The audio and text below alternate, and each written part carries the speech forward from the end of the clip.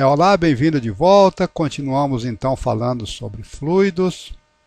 Já estamos aí no nosso oitavo, nono vídeo. E vamos apresentar aqui um exemplo sobre a equação de Bernoulli, um exemplo resolvido. No vídeo passado nós fizemos a dedução da equação de Bernoulli e dizíamos naquele vídeo que a equação de Bernoulli nada mais é do que a aplicação do princípio da conservação da energia para um escoamento idealizado, o escoamento de um fluido, sem atrito, onde não existe transferência de calor, ou seja, o princípio da conservação da energia aplicado para o escoamento de um fluido ideal.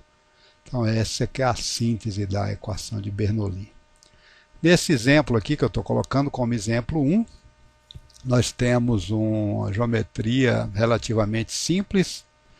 É um tubo de seção, pode ser de seção circular, ou seja, a seção transversal desse tubo pode ser uma seção circular. Esse tubo em relação a uma linha horizontal, ou seja, em relação a essa linha horizontal que nós pegamos como a nosso referencial para medir variação de energia potencial gravitacional, ele encontra-se inclinado. Então, em relação horizontal, ele está inclinado aí de um determinado ângulo θ. Ele é um tubo convergente, como está desenhado, tá? Aqui nessa seção que eu estou chamando de seção 1, o escoamento está acontecendo de baixo para cima. É um escoamento ascendente. E aqui nessa seção, a linha de centro desse tubo na seção 1 encontra-se em relação a esse nosso referencial uma altura de 3 metros. Como o escoamento é ascendente, quando o fluido passa lá em 2, a altura em que se encontra é de 6 metros. Então o fluido está sendo, à medida que ele escoa, que ele movimenta-se no interior desse tubo, ele está sendo elevado dentro do campo gravitacional. Concorda? Eu estou dizendo também que a área da seção 1, essa área pode ser uma área circular, ela é o dobro da área dessa seção 2. Está aqui. Por exemplo, a área da seção 1 de 20 centímetros quadrados e a área da seção 2 uma área de 10 centímetros quadrados. Se isso acontece pela equação da continuidade, que a gente sabe que V1 deve ser igual a V2 eu estou dizendo que a velocidade 1 é de 1 metro por segundo, consequentemente em 2 o fluido terá que passar com a velocidade de 2 metros por segundo. Estou dizendo ainda que se a gente colocar aqui um tubo, esse que aqui está em roxo, para poder medir a pressão com que o fluido apresenta, com que o fluido está comprimido aqui na seção 1, eu estou dizendo que a pressão no tubo 1, como é que essa pressão foi gerada, nós não estamos discutindo aqui, mas pode ter sido provocado, por exemplo, por uma bomba hidráulica, Então eu estou dizendo que a pressão, ou uma barragem que está lá atrás, eu estou dizendo que a pressão aqui em 1, ela é suficiente para segurar uma coluna de água de altura H1, e estou informando quanto que vale H1, tá ele aqui, 5 metros de coluna d'água. Então essa altura aqui, essa coluna de água que a gente tem desde essa superfície livre desse tubinho até o centro do tubo é uma altura de 5 metros. E estamos assumindo um valor arredondado para a aceleração da gravidade de 10 metros por segundo ao quadrado, já que o nosso objetivo aqui não é focar nos cálculos ou nas contas, mas no raciocínio, tá? Quando você for resolver problemas mais reais, utiliza o valor de G de 9,81 metros por segundo ao quadrado. Então o que foi dado?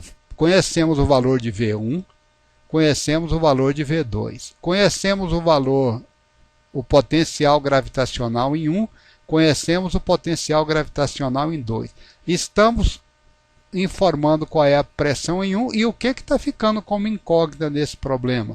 O que nós estamos perguntando é o seguinte: com que pressão o fluido vai passar lá na posição 2? Ou qual é a pressão que o fluido apresenta na posição 2? ele é suficiente, a pressão em 2 é suficiente para segurar que coluna de água no interior desse tubo.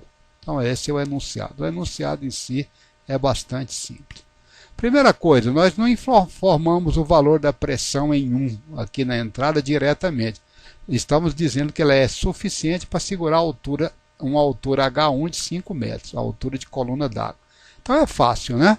Coluna d'água, transformar em pressão, basta pegar rho da água vezes G vezes H1.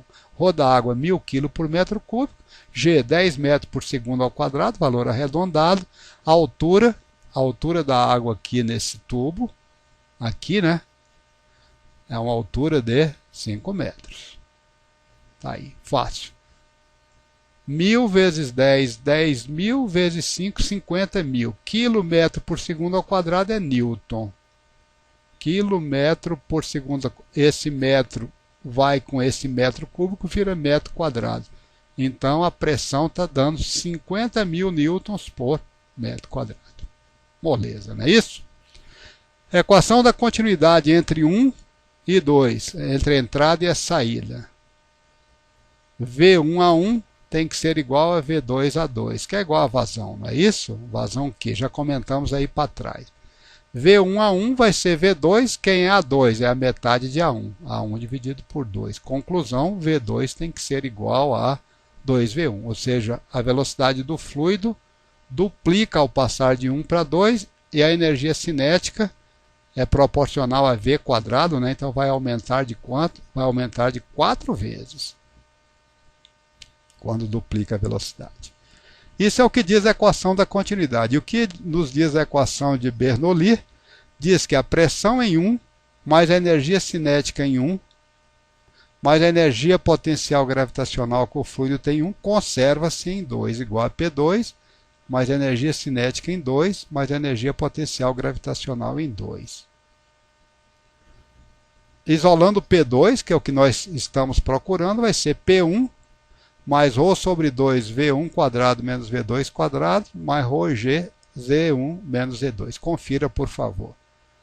P2, então, vai ser P1 mais, estou colocando apenas os valores, o ρ da água, 1000 kg por metro cúbico, dividido por 2, V1 é 1 metro por segundo, tem que elevar ao quadrado. V2 é 2 metros por segundo, tem que elevar ao quadrado. Mais, eu acho que... Tá, eu acho que é isso aqui, ó. Tira isso e tira isso. Esse trecho aqui não existia ainda, tá? Então, P2 vai ser P1 mais ρ dividido por 2 está aqui, 1 metro por segundo, a velocidade com que ele passa em 1, 2 metros por segundo a velocidade que ele passa em 2, ρ está aqui, G está aqui, Z1 está aqui e Z2 está aqui. Perfeito. Só na hora de escrever aí cometi um pequeno erro, tá? Então a pressão em 2, que o fluido vai apresentar em 2, vai ser a pressão que ele tinha em 1, mais 1000 dividido por 2 deu 500. 1 ao quadrado deu 1, 2 ao quadrado deu 4. Então esse parêntese aqui é 1 menos 4. Perfeito. Aqui esse parêntese tem 3 e 6. 3 menos 6 vai dar menos 3, também está correto. Então P2 vai ser P1 menos 500 multiplicado por menos 3. Eu acho que é 1.500. Confiram depois essas contas, por favor, tá? 10.000 multiplicado por menos 3 está dando menos 30.000. Moral da história, a pressão P2 vai ser a pressão P1, que nós já tínhamos calculado, né? Aquela coluna de água de 5 metros, menos quanto? 30.000, 1.500, menos 31.500. Pressão P2 vai ser, então, 18.500 newtons por metro quadrado. Como é que a gente expressa isso em coluna d'água? Essa pressão P2 vai ser ρ da água vezes G vezes H2. ρ 1000, G 10, H2. H2 então vai ser 18.500, que é o valor da pressão, dividido pelo ρ da água e dividido pela aceleração da gravidade. A altura que a água vai subir então naquele tubinho lá em 2, usado para medir pressão, né? Esse aqui, ó, que é o que nós tínhamos perguntado. H2, então, deu igual a quanto mesmo? 1,85 m. Então, essa altura aqui, ó, vai ser de 1,85 metros. Espero que você tenha acompanhado o raciocínio e que o exemplo seja de utilidade para os seus estudos. Vejo você no próximo vídeo.